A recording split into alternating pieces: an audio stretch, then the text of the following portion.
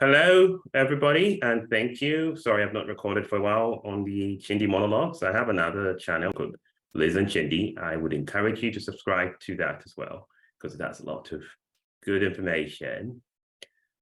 We're going to delve today into the topic about the Titan, which was owned by OceanGate, and that imploded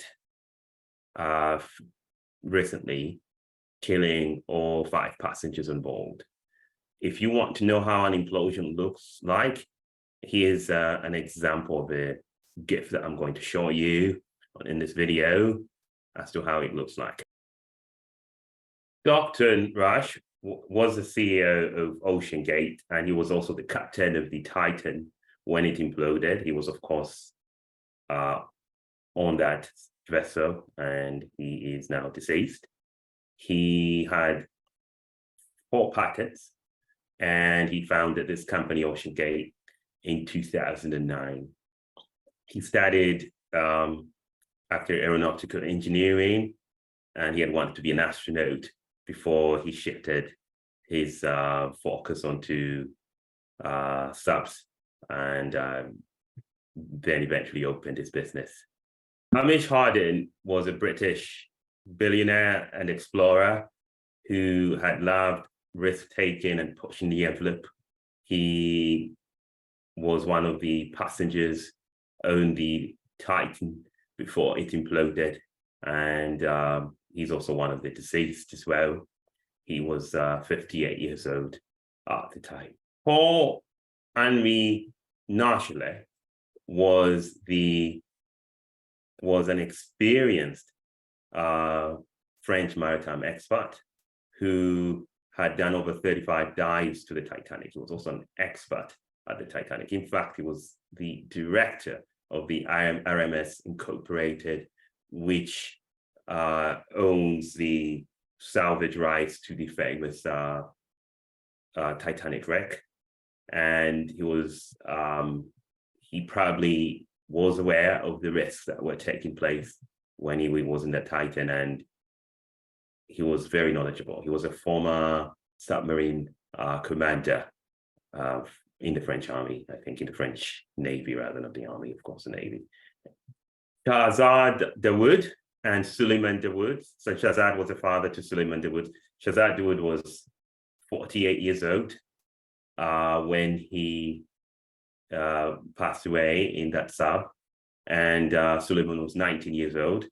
Shahzad Dawood was a businessman. He was also a multimillionaire to billionaire businessman who was focused on textiles and fertilizer. His son was a student in the UK in Glasgow, and they were both on the same sub, and both died in that implosion that occurred. Just to not forget, Paul Henri was also known as PH. He was 77 years old, and Stockton Rush was 61 years old at the time when they passed away.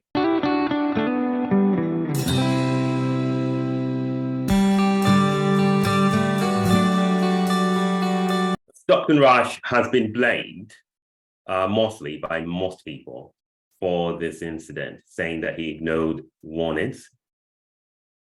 While I am empathetic, and as well as understand the valid concerns of what Stockton Rush ignored, it's very easy for us to look retrospectively at things and say you should have done this and you should have done that. We all do that when such a catastrophe happens.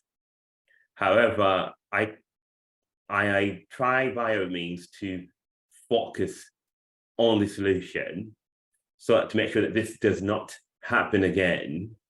And yes, we should look at what Stockton did, but we should also look at how to make sure that all the mistakes that were made by OceanGate and Stockton are avoided in the future, and that passengers are protected. What I don't want us to get into is this idea of what is known as what I call BOPS, blame one person syndrome.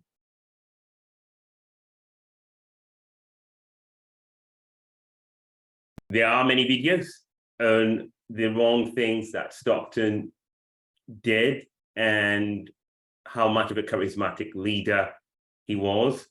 But there have also been people who have blamed the other passengers for not heeding the warnings and not doing their research or whatever the reasons may have come to be.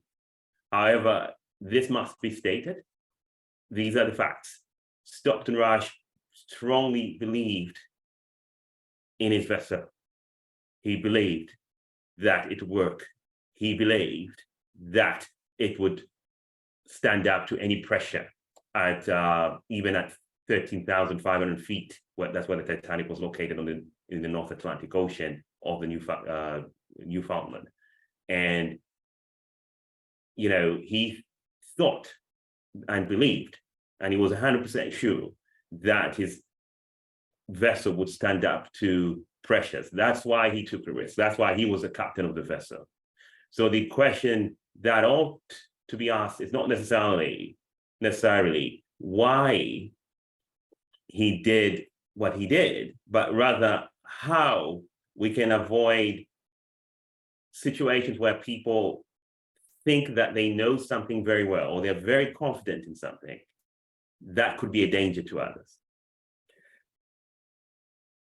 There is a saying I came across which stated that knowledge, the danger to knowledge rather, is not ignorance, I'm paraphrasing, but rather the illusion of knowledge. In other words, from the many videos that are on YouTube, it seems to be that Stockton had this illusion of knowledge. He thought he knew his vessel. He thought his vessel was almost unsinkable. And in fact, there's a eerie interview that I was watching at the end where the reporter says that's what the captain thought about the Titanic. They thought it was unsinkable because Stockton Rush believed that his vessel was pretty much unsinkable because it was built out of carbon fiber, and he believed that carbon fiber was actually half a fabric and a better fabric than titanium or steel. With that description and past the description, let me describe the three things that are very important in making sure that safety of the passengers will be protected in the future, and a tragedy like this can be avoided.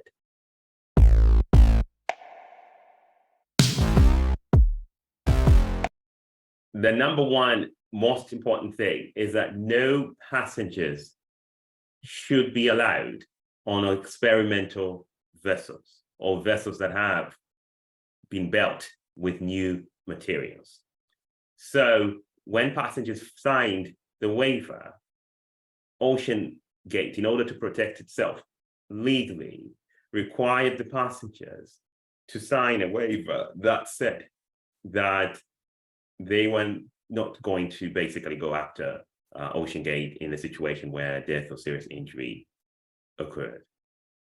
This was done to protect OceanGate legally. And one of the things that was said in that contract was the word experimental. And nobody should be allowed to use passengers on an experimental machine or vehicle or sub or boat or whatever. And that's the number one thing that has to be reined in, even internationally. We know that OceanGate was operating on international waters in the North Atlantic Ocean, I think it is. And they should not be allowed to do that.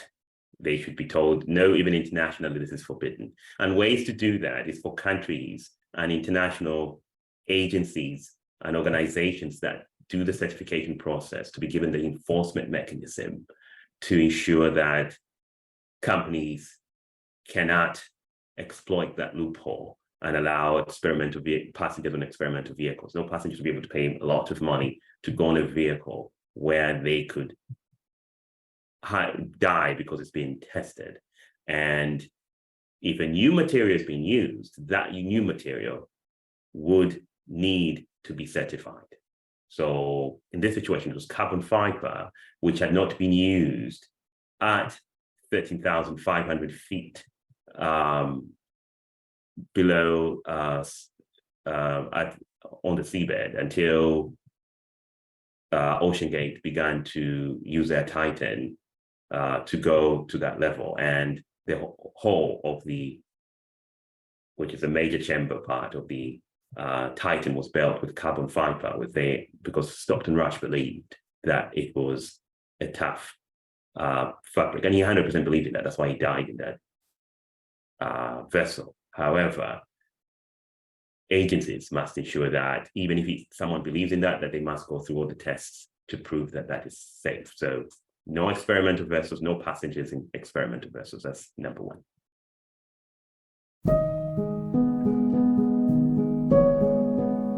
Number two, and this is fundamentally important, make it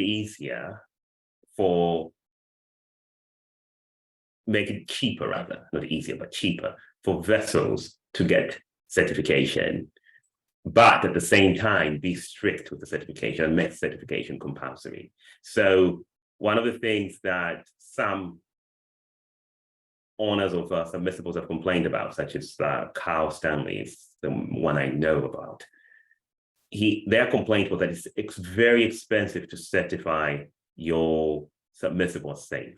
It's mainly for the super rich. In other words, it's for people who have hundreds of millions of dollars or more.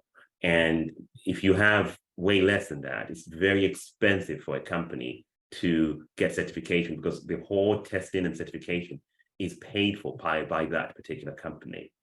But I think the way this could be resolved is for taxpayers, because there are not that many submersibles anyway, for taxpayers to take up the cost of testing these vehicles for safety. There is a huge benefit in exploring the seas and the oceans.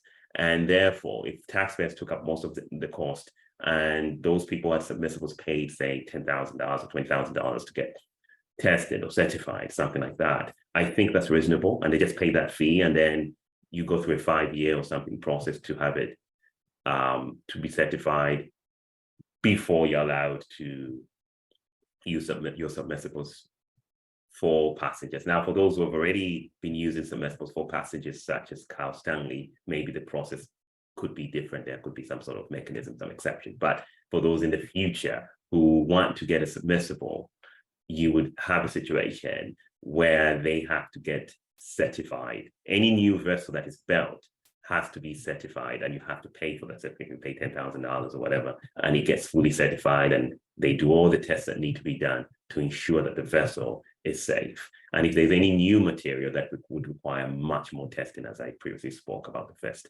point. Number three, close the loopholes. Let me explain what I mean by closing the loopholes. First, it means that employees, like you have, in order for you to work on a sub or to work on a submersible, you have to have on an experimental basis, especially, or even to go into a submersible, you have to have a certain amount of years of training. Okay, it could be 2, 3 years, 5 years. You know, the regulatory bodies can come up with a standard where somebody can be a professional. And here's why. What OceanGate would do is, those people who are paying, they were not called passengers. You know, you remember previously, I was talking about passengers should not be allowed to go on an experimental submersible, right? Well, OceanGate was pretty smart, and they realized that they could change the definition. They could play with words and change the definition of who a passenger is, because legally, there is no definition of what a passenger is and what a crew member is, or what a person, what they would call the people who are traveling, like the ones who are traveling who were at sea, they would say they were mission specialists. By mission specialists, they meant that the people who had gone on the submersible paid to get trained how to run a submersible, sort of something like that. And, you know, I'm not I'm not privy to all the details, but I read summaries of it in the media, and you can read about it. You could do more research on it. But suffice to say, they were saying that what OceanGate is going to say is that the 4 others who died, apart from Stockton Rush, were all members of a crew. They were trained in how to run a submersible. They were part of a crew. There was some sort of training or some sort of crew. They were called mission specialists. So that means that OceanGate can deny that there were passengers. So closing the loopholes means we define who is supposed to go on a submersible and who cannot. We do have other definitions of this in other fields which can be deadly, but are not as deadly as being in a submersible. An example is, if you want to be a pilot, you have to have a certain number of hours of flying a plane. I actually have a friend of mine, a very close friend of mine, who is training to be a pilot. And it's a very tedious process because you have to have a certain number of hours in order for you to be able to get into to be able to get on a passenger plane or a commercial plane and have other passengers with you. And there is a definition of who a crew member is and who a passenger is. There's a definition of who a pilot is. Not anyone can just say, oh, I know how to fly a plane, so let me go and fly a plane. It doesn't work that way. You have to have a certain amount of training and hours of flying a plane to make sure that the passengers are safe. So basically, to repeat this, we have to define what a crew member is. In other words, you have to have 2, 3 to 5 years experience in order to get into submersible. In other words, Hamish, Hardin, and the Dawoods would have not qualified to get in submersible had these regulations that I'm recommending, including the third one, been put into place. You can't call them mission specialists. You can't call them interns. You can't use some loophole to get people into an experimental sub. If it's an experimental submersible, you are not allowed to have people who've been trained for a week to get into that submersible. They have to be trained for 3 years or 5 years or something like that. As I said, regulatory bodies would know that better than I do, but it's supposed to be for a long period of time, not a short period of time. This is fundamentally very important, and it's necessary to avoid the accidents that accidents like the previous one that just happened recently, and to avoid even individuals, like you don't have individuals who are risk takers. We need individuals who are risk takers, who are willing to take the risk for society, like Stockton Rush, who was willing to explore and take huge risks in order to push the boundaries of exploration. But what Stockton Rush cannot do is, and what he shouldn't have done, rather, because it's now deceased, but what he shouldn't have done is to use the same bravery and risk-taking that he has and invite other people to take the same risk. And the major reason why he was able to do that was because there was no regulatory framework preventing him from doing that. So that's what created that situation. And therefore, that is why he ultimately ended up riding into a sub, which was pretty much, I hate to put it this way, this was pretty much a suicide mission. It was viable, it was going to fail. A lot of people in the industry have spoken about carbon 5, but remember my first point. We don't want risk takers like Stockton Rush taking other passengers with them. We want them to push the boundaries and do that. We need the Stockton Rushes of this world. We need Emily Earhart, the people who are willing to pioneers, are willing to take the risks and push the boundaries. Charles Lindenberg. There are many other entrepreneurs and innovators and explorers who are willing to take risks that benefit society. But we should not allow them to bring way more people onto their risk mission, because if they do that, then a lot of people who don't have enough information, like happened on the Titan, could die. And that's where regulations would come in. I will add another thing. The other thing is that basically if you are somebody, if there are regulatory bodies or governments that there should be, those regulatory bodies should have enforcement mechanisms, including criminal penalties for those who violate these loopholes. So basically, if you try to tell these mission specialists and you violated the rules and regulations of those agencies, even if you're in international waters, even if you're registered in the Bahamas or wherever you're registered, you are not allowed to circumvent the process. In fact, it should be made international, but making it international may take a longer time. But if countries like the United States, Canada, European nations, and other Western nations say, hey, if you have one of our citizens and you do this, we are going to come after you, including criminal penalties, even if you do this in international waters. Okay, you know, if you're a pirate, it's not, it's kind of a little bit of a false equivalence, but it does make sense. If you're a pirate and you kidnap American citizens or Canadian citizens or French citizens in international waters, the French army can still go after you, the American army can still go after you, and they can capture you and they can arrest you and bring you to trial in the United States. The same thing should happen if you violate the rules of those bodies. There should be consequences, civil and criminal consequences. Regulations are meant to protect society and to protect us. You know, we can make arguments about too much regulation, but moderate regulation protects us. It protects people, it even protects us from ourselves. You know, I still do long distance running, and a long time ago I used to try and compete. I was never that good, to be honest, but I'm okay, I'm above average in long distance running. So I could have thought maybe, you know what, in order for me to get much better so I can be very competitive, maybe I need to take some PEDs like EPO. But no, there are regulatory bodies that say you cannot do that. Sorry, Chindi. If you do that, we are going to arrest you, or we're going to fine you, we're going to ban you. And whoever sells that to you is also going to face criminal sanction. That's me. I'm confident. I might be confident that EPO is going to work for me. I might be confident that it's not going to do any health harms to me. It doesn't matter what I think. The regulatory bodies are there to say, no, you are not able to do that. This should apply to subs as well. Just because there are people like Hamish Harding who were real explorers, who really wanted to explore this. And that should have been rejected. There should have been regulation to say you cannot do that. Sorry, sir, you have to go 3 years or to 5 years of training to be a specialist in this field, to be able to get into an experimental sub. You know, if a regular sub, fine. Experimental submersible, absolutely. Made out of carbon fiber, absolutely not.